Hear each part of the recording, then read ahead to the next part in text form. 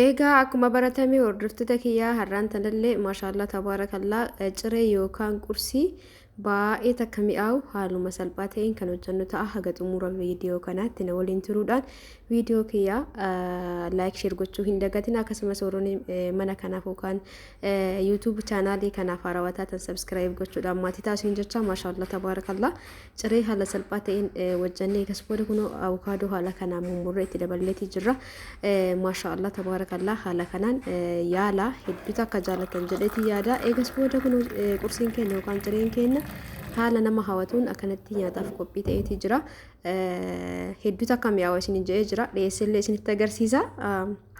Egaa biddeena nama quubsuu eelima irratti beekan jedhama miti ree mammaaksi haala kanaan gootaniitiin soorachuu dandeettanii.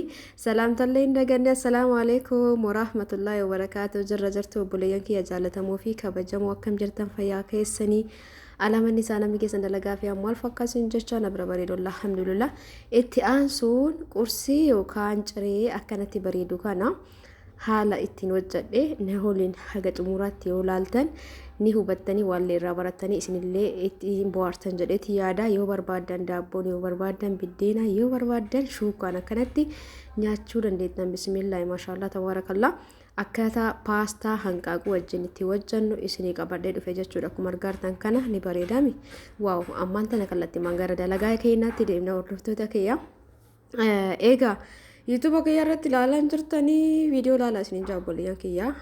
Namnummaan ilaaltan immoo laayikii godha. Asitti istoofis akka hotti ture. Paastaa jechuun suugoon osoo hin taane har'aan tana hanqaaquun hojjechuudha deema jechuudha.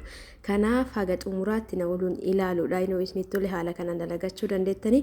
Distii kee egerra kaayeen booda bishaan itti naqataa jira. Haga naga'uutti akkasaniin booda gara shunkurtii ciruutti deemna jechuudha. Asitti hanqaaquu qopheeffadheeti jira. Shunkurtii qopheeffadheeti jira. Kanaafuu akka viidiyoon isinitti hin dheeranne ispiidirra godhee yookaan ariifachiisee shunkurtii kiyya qoonjisuudha deema. Namoonni keessan naaf bilbilaa jirtanii na dinqisiifattan biyyoota gurgurdatanii irraa wallaahi laaziim jecha isiniif hin qabu. Torbee kan ammoo namoonni baay'een tanaan durallee manaa bilbilanii wallaahi wanna hojjechuu barbaaddu hoo jiraate nu sappoortii si godhuu dandeenya waan ati barbaadde irratti obboleeyyan naan jedhanii haamilee natti horanii na godhanii osoo hin taane akkas na yaaduun isaaniitu nama ijaan qofa beekan nama firooma walirraa hin qabne namni tokko egaa siimboo maal hojjechuu feeta ati dubartii cimtuudha kana caalaa hojjechuu dandeetta maal si gargaaru waan barbaade nu gaafachuu dandeetta warri naan jedhanii awurooppaarraa jarmanirraa wallaahi laazim ijoollee hedduu jira ani isaan hin beeku isaan na beekanii garuu ulfaadhaa galatooma isin jira obboleeyyan kee rabbi yaada muraada keessan isin haa guutu. Paastaa ookee paastaan qarshii meeqa jettee koomentii takka naa barreessite kalees dubbadhee ture achirratti viidiyoo san irratti iyyuu paastaan ookeen kun qarshii 100 biratti akkaataa suuqiitiin garaagarummaa qabaachuu danda'a. Qarshii 100 galee jira paastaan qarshii 10 irraa ka'ee ka'eerimaaf isin jaa hordoftoota kiyyaa. Kanaafuu namoonni na jajjabeessitanii akka waan waa hunda naa gootaniiti wallaahi laazim galatooma ulfaadha isin jaaladha isin kabaja ani isin hin beeku isinumaayyuu wayyaa isinoo dhiqqaatee sagalee kiyya dhageettanii suuraa kiyya viidiyoo kiyya laaltanii ani immoo eenyumaayyuu hin beeku warra meeshaa bituuf kana hunda naaf galatooma isin hin jaa zeetii xiqqoo irra buusee jira koletti hin qabanne hundi keessan rabbi yaada muraada keessan isin haa guutu warra akkasina jettan warri na jajjabeessan warri waan irraa bitattan warri sabskiraayib gootanii yuutuubii kee daawwattan hundi keessanuu galatooma ulfaadhaa ilmi namaa kaanam tokko gaafa waa hojjetu yoo wanni inni hojjete sun milkaa'aa fi deemee gammachuu guddaadha. Maaliif namni waan tokko yoo hojjetu hedduu itti faajee hedduu itti dadhabeeti jechuudha. Kana wanni ta'eefi anamma yuutuubii kanarratti viidiyoo gadhiise nama tokko waa'ee yuutuubii hin beekne si wanni ta'uu danda'a jechuun bakka waanuma xabaaf asirratti baatu fa'a itti fakkaata namni keenya baay'ee duubatti hafaadha hubannoon isaan qaban nama muraasa jechuudha waa'ee yuutuubii ka beeku ka akka tasaa ta'ee osoma waan biraa jechuun tasumallee irra dhuftee si argee waan itti xabaaf asirra baate si fakkaata akkasii miti uummata qashtii yuutuubii irra dalagde taanaan dalagaa hin argamne yuutuubiin jechuudha seerri isaa jajjabaatus garuu egaa dhukkubbii madaa abbaa dhukkubsatetu beeka jedhani akkamitti akka seera qabeessa yuutuubii kana taasise anatu beeka wallaahi laazim hedduu itti dhukkubsadhe hedduu waa baay'eetti jedhame bakka akkam jedhee isinii hima namni akkanatti silaalee waa asirratti qisaasessaa jirta fa'aa siin jedhuu danda'a. Waa hedduu siin jedhuu danda'a namni jecha nama bakka irraan kaa'u. Ani amala kiyya irratti nama hin tuqu. Nama na tuqellee tuquuf hin deemu irrumaa fagaadhaa amalli kiyya sanii nama hedduu jaaladha. Dafii namatti hin dhiyaadhu. Nama dhiyaadhe taanaan namni sun akka qaama kiyyaatti isa laala. Gaafa akkasitti isa laalee wannuma xiqqoo isii irratti argee abaddan dhagaa addaan caba jechuudha. Namni suni amala kiyya kun fedhee osoo hin taane nama san miidhuufillee hin deemu garuu ittiin dhiyaadhu abadan jechuudha. Dursallee dafee namatti hin dhiyaadhu amaluma kiyya suni. Kanaafuu yuutuubiin akka salphattii miti kan seera qabeessa ta'u yoo akkanumaan ittuma bu'aaruu fi yuutuuba irra gadhiisan malee seeraan waraabanii editii go'anii seera isaa guuttatanii gadhiisuun baay'ee takka ulfaataadha. Haa ta'uti ulaagaa saniin hundi guuttee itti hojjechuu eegalte hojii hin argamne jechuudha. Yuutuubiin ani hedduutu akka jaaladha hojii yuutuubii maaliif tokkoffaa namaan ol geessisu jechuun namaan waliin gahu mana kiyya taa'ee waan barbaade dalagaa hedduu jaaladha kana ta'uu isaatti yeroo ammaa ilmi namaa tokko namaaf waan gaarii namni yaadu nama muraasa nama rabbiin laaffisee fi yeroo kanatti immoo mana kee taattee dalagachuun carraa isa guddaadha jedheeti yaada. Alhamdulillah rabbi kiyya galanni isa haa gahu.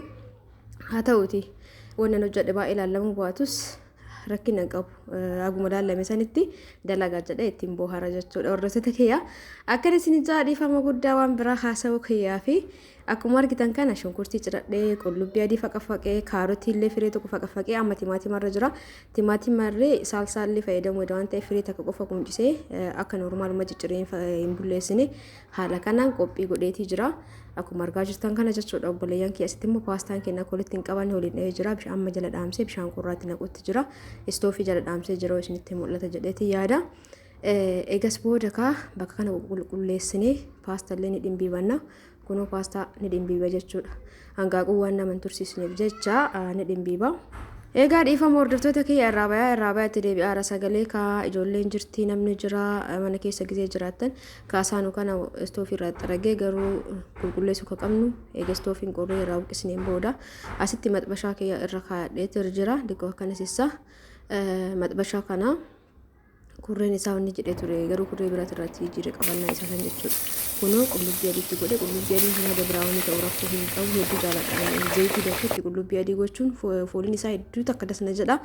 Haala kanaan godhee kaawwan bakkuma takka itti naqasaniin booda waliin dhaanna haaluma salphaa ta'een hedduu takka paastaa sugoon hin jaaladhan dhugaa dubbachuuf. Ataakiltiidhaan yookaan immoo hanqaaquu kanaan hanqaaqullee addisitti hin fedhu kana paastaa hojjeta garuu natti tola. Irdiitti godheetti jira haga takka jechuudha. Dhiqoo isii halluu isaa akka bareechuuf jecha ittillee hin baay'isne irdiitti godheetti jira. Saniin booda hanqaaquu kenna haala bareedaa ta'een akka suguutti adda dalagnaa paastaan kenna bilchaatee irraa fuune waan hanqaaquun hin turreef paastaa gizeen dhimbiibdan akkuma irraa fuutaniin daftanii hin dhimbiibina. Bishaanuma ittiin bilcheessitan san irraan bishaan qorraa naqa dhiqoo keessa tursiisaa haga sugoon keessan gara walakkaa ga'utti bilchinni isaa saniin booda dhimbiibdan jechuudha yookaan baay'ee goggogaa. Akkana gogooniin booda timaatima keenyatti naqannee dhiqoon turraa asitti immoo timaatima saalsaa dhiqoo tana isi tanallee dhiqootti godhuu barbaade fedheeti jechuudha. Timaatimni kunis firee tokkotti godhee jira garuu keessa kanatti godha. Egaa hanqaaquu keenya gizee goonuu kaarotii illee itti godhee jira. Akka tokko immoo akka inni barakatuuf barbaada. Hanqaaquu waan ta'eef sugoonii hir'achuu mala paastaa irratti. Kanaafuu timoonni fayyadamee jira jechuudha. Kaarotii hidda takka fayyadamee jira. Lamas fayyadamuu ni dandeenya. Akka fedha abbaati. Garuu baay'ee takka mi'aayaa namoonni suuguudhaan hin jaalanne haala kanaan gootanii fayyadamuu dandeettanii namoonni illee hanqaaquu akka addisii hin jaalanne haala kanaan gootanii fayyadamuu dandeettanii jechuudha. Asitti hanqaaquun bismillaa ani hin binne nama dhiiraatti bite agasiin geggeettu wayii osoo hin ta'in bitu akkana abashaa fakkaatti garuu laala abashaa miti jechuudha. Hanqaaquun abashaa boora hedduu boorata garaa keessaa kuni garuu adiidha. Garuu didiqqeen isaanii yoo laaltu abashaa fakkaatti. Diimina qaba malee didiqqishuu wayiiti. Bismillah hanqaaquu akkana argee hin beeku ani. Yeroo jalqabaatiif baay'ee didiqqoodha hordoftoota kiyyaa kaameraa keessatti guddaa isin fakkaata hin beeku. Akkasii egaa haala saniin hanqaaquu gara 10 immoo 9 takka caccabseen booda asitti sugoon keenya ga'ee jira. Kallattii maal amma waliin dhaa jedhee garuu natti hin tolle sahaaniin ni diqqaata diqqoo isii haga danda'e takka diqqoo waliin dhayaa. Ni gaa jedheeti yaada akka sugooti dalaguu jedha waan ta'eef hanqaaquun 10 gaadha garuu hanqaaquun baay'ee diqqoodha. Hanqaaquu yeroo ammaa kana qarshii meeqa akka ta'e beektu qarshii 28 wallahi laazim naannawa keenya. Hedduu nama ajaa'iba jechuudha. Zamana hanqaaquun takkittiin qarshii 25 taate widdi jennee turre jechuudha. Amma mootu ayyaana irrallee waan ta'eef ayyaana maali masqalamu maal jedhan sir saniif ta'een beeku waan hanqaaqun takkittiin fireen takka qarshii 28 jechuudha yaa rabbana keerimaaf hundumaa watti nageetii jira akkuma argitan kana amma istoofii jala qannasee ashaboo itti godhaa gizame jiidhichaa kanatti istoofii jala qannaseeti jira yookaan ka istoofiin kun haayidha humni isaa maashaallaadha waan namatti tolu immoo irraallee qannafachuu waan dandeenyuuf ni qannasna kun akkuma argitan istoofii kana qarshii meeqa qorri keessa nagaafattan yoo itti qophooftan dhuftan maal qaba rakkoon hin jiru bara obboleeyyan kee rabbi umriin waa dheeressu isinillee nallee fayyaan waa kennu gizeetti qophooftan na dubbisa amma gatiin isaa qarshii 10,000 biteen gaaf kan hagasii as namaa hin binne garuu tokkoffaaf lammaffaa qaba lammaffaan isaa qarshii 8,000 tokkoffaaf lammaffaa qaba saayiziin isaa diqqaaf guddaa qaba yoo saayizii diqqaa ta'e ni qannasa akkasumas lammaffaa ta'e ni qannasa angaruu kana tokkoffaa jedhee bite akka isaan naan jaanitti jechuudha hordoftoota kiyya asitti immoo mi'eessituutti godhee jira lammaffaa immoo saayiziin isaa guddaadha kiyya kana viidiyoo keessa diqqoo fakkaata malee baay'ee guddaadha guddinni isaa immoo biffee irratti ilaaluu dandeettanii biffee tana walakkaa olachi fixatee jira jechuudha yoo irra kaayu fuulli isii achi sissee osoo isinii waraabee kanaan durallee isinitti agarsiise bakkuma maktafaa irra kaa'u qofatu irraa hafee jechuudha biffee irra isuma irra kaa'uu fi dalagsiisee biffeellee viidiyoomaaf jechuudha kanaafuu guddaadha gatii 10,000 biteen ofii yeroo sanitti ji'a takka lama ga'uu lolu ammoo maashaallah dhagamma fayyadama isaa keessatti wanni inni tolan immootu yoo barbaadan haayilii isaa 22 irra godhe argaa jirtanii miti 10 irrallee godhuu dandeettanii akka barbaadanii qannasanii haayiliin isaa inni guddaan 35 isiniin je'eeti jira wanni biraa immoo qannasuu kan dandeettan kun bareeda bakka hedduu qaba akka sa'aatirra kaa'attanillee qaba egaa wanni biraa immoo inni isin gaafataa oltaniif maali isiniin jaabboleeyyan kee mara keessanii miti nama keessaan karaa wasaappitiin biizina godhu jira himuufaa nama dawwalu jira yeroo sanitti qarshii 10,000 bite amma hin beeku ani ka jedhee bite tokkoffaanaan jedhanii saayizii isaa mootu ija kiyyaan laalee ka irra guddaa fudhadhe